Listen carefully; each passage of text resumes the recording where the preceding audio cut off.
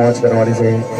અહીંયા સરસ મજાની શરૂઆત મહેશભાઈએ કરી છે અને આમ તો મારો ભાઈ છે એટલે એના લગ્નના ગરબા આજે મારે ગાવાના છે એટલે તમામને વિનંતી ખૂબ મોજ કરવી છે। ત્યારે